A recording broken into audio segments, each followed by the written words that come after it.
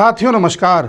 साथियों, अभी एक मामला काफ़ी चर्चा में है और इसके बारे में कोर्ट में केस भी चल रहा है, जहां पर सोनिया गांधी उर्फ एंटोनियो माइनो की वोटर लिस्ट में जो नाम आया था 1980 में, उसको लेकर के पिटीशन डाली है एक ने, जिस पर केस चल रहा है।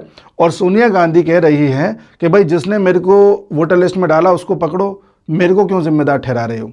पूरा मामला क्या है मैं बताता हूं आपको, और किस तरह से ये लेडी तब से लेके अब तक कई ऐसी रहस्यमयी चीज़ें कर चुकी है जिसको लेकर के डाउट क्रिएट होता है। और एक जांच होनी चाहिए जिसमें देशवासियों को विश्वास हो सके कि ये लेडी किसी की तरफ से आई नहीं है और देश कॉम्प्रोमाइज नहीं है। खैर, हुआ क्या है, हुआ ये था कि 1980 की वोटर लिस्ट में एंटोनियो माइनो और सोनिया गांधी का नाम देखा गया। जब तक इन्होंने इंडिया की सिटीजनशिप भी हासिल नहीं करी थी, तो आपने नागरिकता नहीं ली और वोटर लिस्ट में आपका नाम है, तो सबसे बड़ी वोट चोरी तो यही है। राहुल गांधी इस पर जवाब दें, लेकिन इसकी चर्चा नहीं करेंगे। फिर धीरे से 1982 में इनका नाम हटा दिया गया और फिर 1983 में इनको इंडिया की सिटीजनशिप दे दी गई और फिर इनका वोटर लिस्ट में नाम आ गया। तो ये जो मजाक चलता था उस समय इंडिया में, क्योंकि इंदिरा गांधी प्रधानमंत्री थी और कहा जाता था Indira is India, India is Indira, जो इंदिरा गांधी कह देंगी वो होगा। और ये तो फर्स्ट फैमिली समझते हैं अपने आप को देश की, यानी कि सभी नियम कायदे कानूनों से ऊपर हैं ये।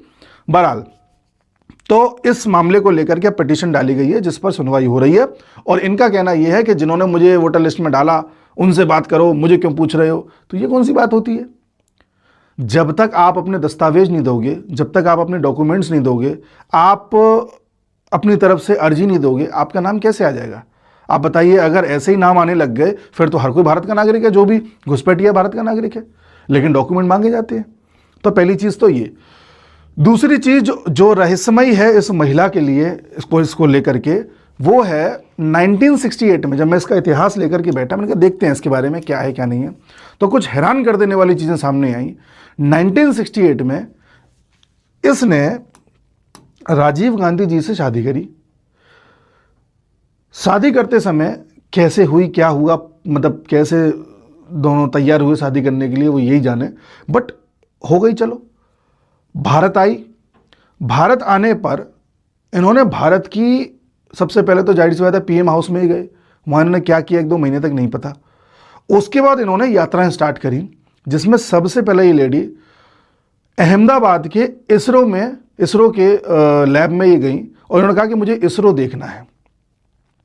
तो ये बताओ, तुमको इसरो से क्या मतलब? तुम कहते ताजमहल देखना है तो समझ में भी आता, इसरो देखने का क्या मतलब था?